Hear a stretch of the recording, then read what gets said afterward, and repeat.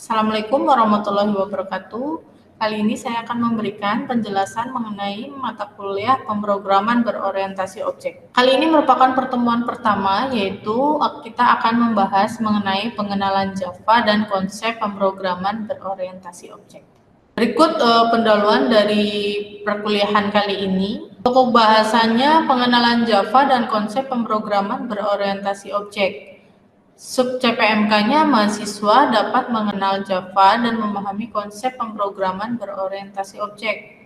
Kemudian materi pokok yaitu ada dua, yaitu satu pengenalan Java dan dua konsep pemrograman berorientasi objek. Untuk dosen pengampu mata kuliah PBO ini memang ada lebih dari satu. Kalau untuk program studi informatika itu diampu oleh saya Gustin Setianingsih, Eskom MMSI. Kemudian untuk sistem informasi diampu oleh Bapak Abednego Dwi Septiadi MKom. Oke, kita lanjutkan. Untuk materi ini kita awali dengan pengenalan Java-nya dulu. Java adalah sebuah platform pemrograman yang dikembangkan oleh Sun Microsystem. Penamaan Java itu pada tahun 1995. Sebelumnya penamaannya bukan Java. Java dibuat untuk membuat sebuah bahasa pemrograman yang portable dan independen terhadap platform dengan konsep write one, run anywhere. Oke, di sini ada karakteristik dari Java. Karakteristik dari Java di sini ada 6, yaitu berorientasi objek. Penjelasannya akan kita jelaskan lebih lanjut di slide-slide berikutnya. Kemudian yang kedua ada Java mendorong pemrograman yang bebas dari kesalahan bersifat strongly typed. Ketiga, portable. Java dapat dijalankan pada sistem operasi dan mesin manapun. Dinamis, program Java dapat melakukan sesuatu tindakan yang ditentukan pada saat eksekusi program dan bukan saat kompilasi. Karakteristik berikutnya yaitu berkinerja tinggi. Code Java teroptimasi dengan baik sehingga eksekusi program dapat dilakukan dengan cepat. Karakteristik yang terakhir yaitu aman. Aplikasi yang dibuat dengan Java dapat dijamin keamanannya. Keunggulan Java di sini disebutkan ada 5 keunggulan Java, yaitu 1. Java bersifat sederhana dan relatif mudah.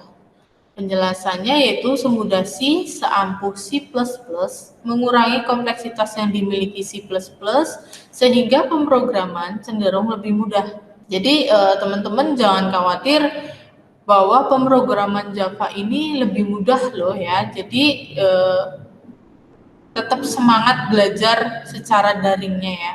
Yang kedua keunggulannya yaitu Java berorientasi pada objek. Karena Java membagi program menjadi objek-objek, kemudian memodelkan sifat dan tingkah laku masing-masing, menentukan dan mengatur interaksi antara objek yang satu dengan yang lainnya. Yang ketiga, Java bersifat terdistribusi, sudah berkembang ke pemrograman mulai dari client, server, database server, web server, proxy server, dan sebagainya. Keunggulan yang keempat, Java bersifat multi-platform, dapat berjalan di banyak platform sistem operasi, sama seperti tadi penjelasan dari karakteristik Java.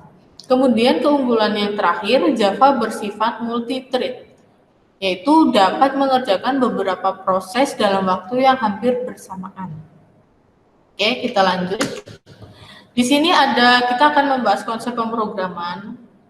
Pemrograman di sini disebutkan ada yang konsepnya terstruktur dan juga ada yang konsepnya berorientasi objek. Di sini kalau terstruktur, 1, konsep pemrograman yang memandang sebuah program sebagai suatu prosedur besar yang selanjutnya dapat dibagi menjadi prosedur yang lebih kecil atau subprogram dan saling berinteraksi satu sama lain. Jadi prosedur besar dibagi menjadi sub-sub prosedur tapi tetap saling berinteraksi satu sama lainnya. Sedangkan kalau di berorientasi objek itu konsepnya membagi program menjadi objek-objek yang saling berinteraksi satu sama lainnya. Itu ya perbedaannya. Lalu yang kedua, dari segi bahasa pemrograman, kalau di struktur ada COBOL, BASIC, Pascal dan C. Sedangkan di berorientasi objek ada C++, Visual C++, Delphi, Visual Basic, dan Java. Kita akan mempelajarinya yang berorientasi objek menggunakan bahasa pemrogramannya yaitu Java. Yang ketiga, terstruktur. Tentukan prosedur, gunakan algoritma terbaik. Yang berorientasi objek, tentukan kelas, lengkapi operasi setiap kelasnya, tentukan struktur secara eksplisit dengan pewarisannya. Lalu perbedaan yang keempat, kalau terstruktur berorientasi pada aksi, sedangkan yang berorientasi objek sesuai dengan namanya, ya berorientasi pada objek. Lalu yang kelima, di sini ada yang terstruktur algoritma plus struktur data sama dengan program. Sedangkan yang berorientasi objek, struktur data plus algoritma sama dengan program. Nah, yang nomor 5 ini kita bisa nanti diskusikan lebih lanjut di saat pertemuan daring kita diskusikan lanjut. Kok beda sih Bu, perasaan sama aja algoritma plus struktur data, yang objek berorientasi objek juga struktur data plus algoritma, terus bedanya apa? Kita lanjut diskusinya di forum diskusi kita. Oke, penjelasan berikutnya masih mengenai terkait pemrograman terstruktur dan pemrograman berorientasi objek. Pemrograman struktur adalah dekomposisi masalah menjadi banyak fungsi. Ya, jadi nanti akan fungsi-fungsi gitu. Cara ini efektif untuk masalah yang kecil dan sederhana. Jadi kalau kalian akan membuat program dengan masalah yang kecil dan sederhana, itu bisa menggunakan pemrograman yang terstruktur. Namun untuk masalah yang lebih besar, pendekatan dengan kelas atau objek memberikan manfaat lebih baik. Jadi kalau kalian akan menyelesaikan masalah yang jauh lebih besar, lebih baik menggunakan konsep yang pemrograman berorientasi objek. Di sini ada contohnya gini. Kelas menyediakan mekanisme pengelompokan yang memudahkan dalam pemrograman. Di sini akan dicontohkan kalau sebuah program itu memiliki 2000 fungsi. Kalau untuk di terstruktur, ya jelas nanti pemrograman itu akan langsung dibagi menjadi 2000 fungsi. 2000 fungsi itu banyak. Nah, akan lebih efektif, efisien, dan lebih bermanfaat gitu ya. Lebih baik kalian membuat program itu berorientasi objek. Jadi nanti 2000 fungsi itu akan dijadikan 100 kelas. Jadi 2000 itu akan dibagi menjadi 100 kelas. Nah, kalau 2000 dibagi menjadi 100 kelas, jadinya setiap kelas itu masing-masing akan memiliki 20 operasi. Jadi sudah terpecah ya, dari 2000 dipecah menjadi 100. Nah, dari 100 itu dipecah lagi menjadi 20. Nah, di sini perbedaan yang akan sangat kalian rasakan dari menggunakan berorientasi objek. Kelas menyembunyikan representasi data dari semua kode program kecuali operasinya saja. Nah, di sini terasanya adalah jika ada error yang mengacaukan sebuah item data, lebih mudah mencari penyebabnya menggunakan 20 operasi dibandingkan menggunakan 2000 fungsi. Jadi kalau kalian punya program, yang satu kalian ini dibuatnya misalnya dibayangkannya dengan program yang sama tapi dengan konsep yang berbeda. Yang satu dibuatnya secara terstruktur, yang satu dibuatnya secara berorientasi objek. Yang terstruktur tadi ada 2000 fungsi, sedangkan yang berorientasi objek dari 2000 fungsi itu sudah dibagi menjadi 100 kelas dan 20 operasi. Nah, sama-sama mengalami error. Saat kalian akan menyelesaikan error di yang terstrukturnya, kalian harus mencari error itu di antara 2000 fungsi. Dicari 2000 fungsi mana yang mengalami error. Sedangkan yang di berorientasi objek, kalian hanya akan mencari errornya di salah satu kelasnya saja yang mengalami error. Jadi kalian akan mencarinya di 20 operasi. Kan tadi sudah dibagi kelas. Jadi 100 kelas. Nanti kalau yang error, ya hanya yang di kelas itu. Jadi kalian akan mencarinya di 20 operasi, bukan 2000 fungsi. Itu bedanya. Jadi akan lebih efisien, efektif ya. Hemat tenaga, waktu untuk penyelesaian masalah tersebut. Itu untuk perbedaan konsep terstruktur dan berorientasi objek. Kemudian di sini ada keuntungan mengembangkan kode program berbasis OOP atau PBO sama aja. Di sini ada 4. Yang pertama yaitu sebuah shortcode dapat dibuat dan dipelihara secara independen dari shortcode yang lain. Sekali dibuat, objek dapat dengan mudah dipergunakan dalam sistem. Untuk yang kedua, interaksi hanya dengan metode-metode yang ada di dalam objek dan detail dari informasi internal tetap tersembunyi dari dunia luar atau objek lain.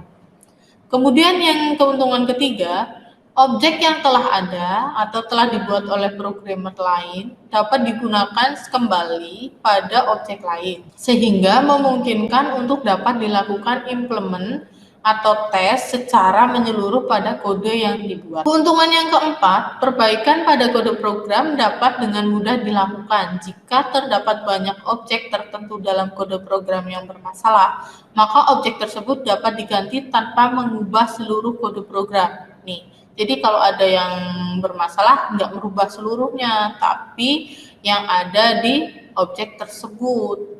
Kita lanjut. Ini ada software dan pendukung instalasi Java. Di sini sudah disebutkan.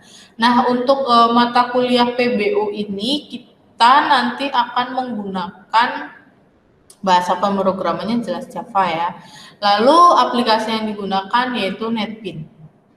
Seperti itu. Jadi nanti silakan dipersiapkan kalian menginstal NetBeans di laptop maupun di PC kalian supaya kalian bisa mencoba kode-kode program yang telah saya contohkan maupun mengerjakan dari studi kasus yang saya berikan. Oke, kita lanjut. Dari konsep OOP kita sudah masuk ke konsep PBO-nya ya. Nah, di konsep PBO ini atau OOP ini yang akan kita bahas selama 1 semester ini dalam 14 kali pertemuan. Kita akan membahas dari objek sampai inheritance.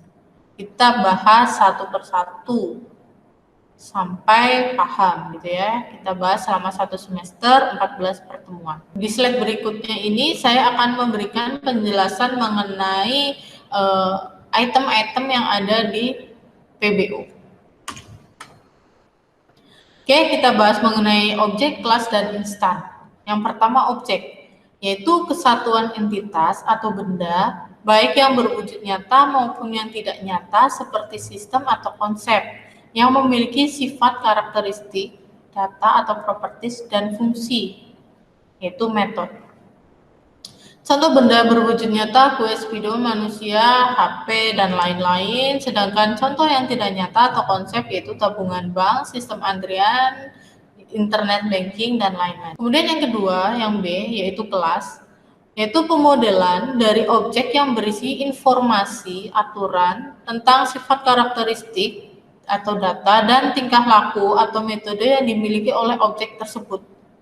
Itu seperti misalnya resep kue, material spidol. Yang ketiga, instan, yaitu perwujudan di mana dalam istilah pemrograman objek merupakan instan atau perwujudan dari suatu kelas. Instansiasi adalah proses perwujudan kelas menjadi objek. Biasanya di dalam pemrograman Java menggunakan perintah new. Nanti kalau ada mau membuat objek, dituliskannya dengan new. Kemudian yang kedua kita bahas tentang data. Data yaitu sifat karakteristik atau kondisi yang dimiliki oleh suatu objek. Istilah data atau variabel atau properti memiliki pengertian yang sama dan dapat digunakan atau dianalogikan secara bergantian untuk lebih memperjelas suatu konsep. Beberapa buku menggunakan istilah lain yaitu atribut. Jadi nanti kalau ada istilah data, variabel, atau properti, atau atribut, kalian jangan memusingkan perbedaan istilah itu ya, ini sama aja artinya. Kemudian yang ketiga kita bahas mengenai metode, yaitu prosedur atau fungsi yang dimiliki oleh suatu objek. Karena pada dasarnya merupakan prosedur atau fungsi, maka metode ini akan mengolah atau mengubah data atau variabel yang ada di dalamnya sesuai dengan operasi yang telah ditentukan. Dari proses di atas akan terjadi 3 kemungkinan. Yang pertama, mengembalikan suatu nilai akhir. Yang kedua, mengembalikan nilai yang bersifat sementara untuk kemudian diumpankan ke metode lain.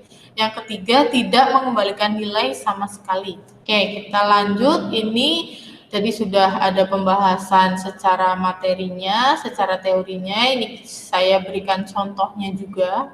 Objek memiliki dua karakteristik, yaitu state atau ciri-ciri, dan yang kedua yaitu perilaku.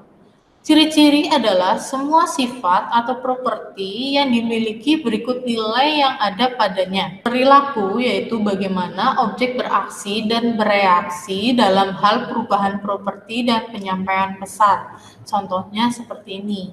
Ada objeknya manusia, datanya atau atributnya baju, rambut, dan lain-lain, dan metodenya adalah jalan, lari, dan lain-lain. Nah, bisa dicontohkan seperti ini. Objeknya di sini saya buat ada sepeda. Kemudian variabelnya ada 5 gigi. Objeknya sepeda, variabelnya 5 gigi. Metode mengubah variabel sesuai dengan yang dimiliki sepeda. Nanti jadi dibuatnya yaitu hanya bisa mengubah gigi dari 1 sampai 5 dan akan menolak nilai gigi yang dimasukkan kurang dari 1 atau lebih dari 5 karena sudah dibuat ketentuannya hanya bisa 1 sampai 5.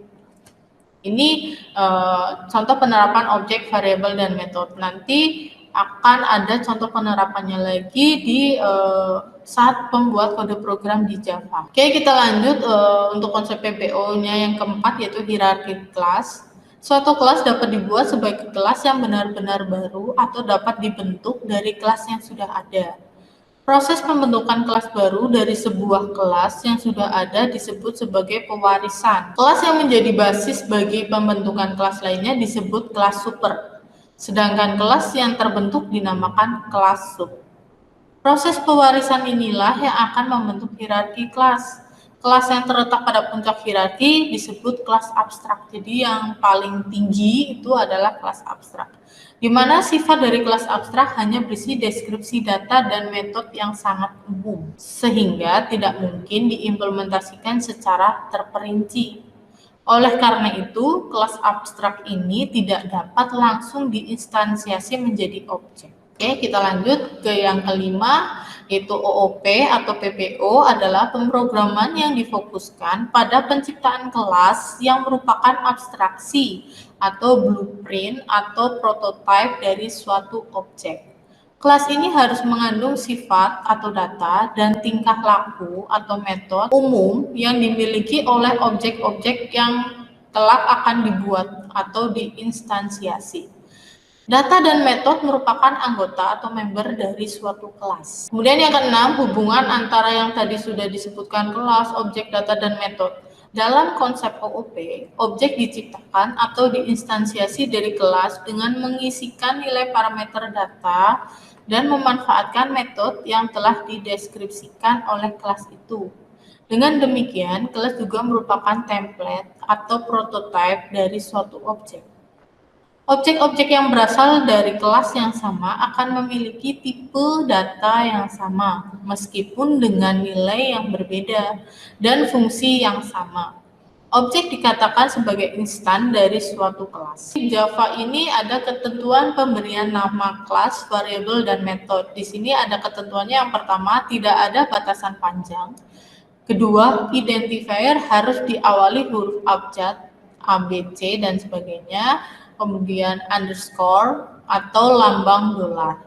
Ketiga, case sensitive.